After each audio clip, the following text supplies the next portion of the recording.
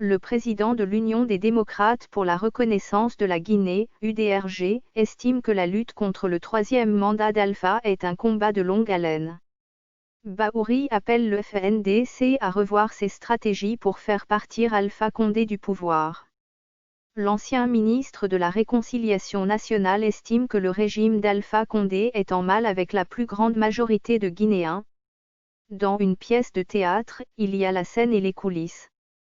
Dans notre pays, on regarde surtout ce qui se passe sur le devant de la scène. Il y a une fuite en avant du pouvoir pour imposer un troisième mandat. Mais dans les coulisses, il y a un pouvoir qui est en guerre contre les personnes morales, les personnes âgées. D'où l'attaque contre le domicile du patriarche de la Basse-Guinée, indique Bahouri.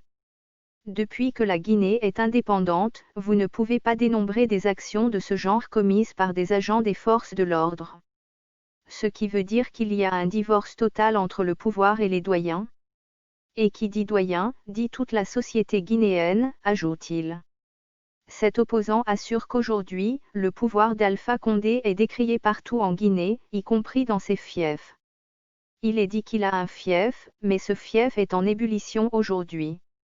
Les jeunes se révoltent contre des promesses non tenues.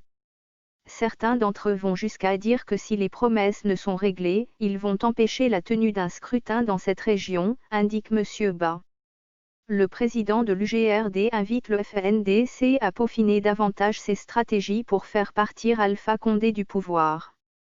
On voit que l'écrasante majorité de la société guinéenne n'est pas en phase avec ce qui se fait actuellement. La sagesse aurait demandé que lorsqu'on est dans cette situation, et lorsqu'on jette un regard un peu attentif sur le plan sociologique et politique, de se dire qu'une page est en train d'être tournée, assure Bahouri. Il ne faut pas croire que d'un seul claquement de doigts, les choses vont se transformer. C'est une lutte de longue haleine qui demande de repenser nos actions, nos stratégies, d'approfondir les dynamiques. Parce que d'une manière ou d'une autre, le temps du changement est très proche, conclut-il.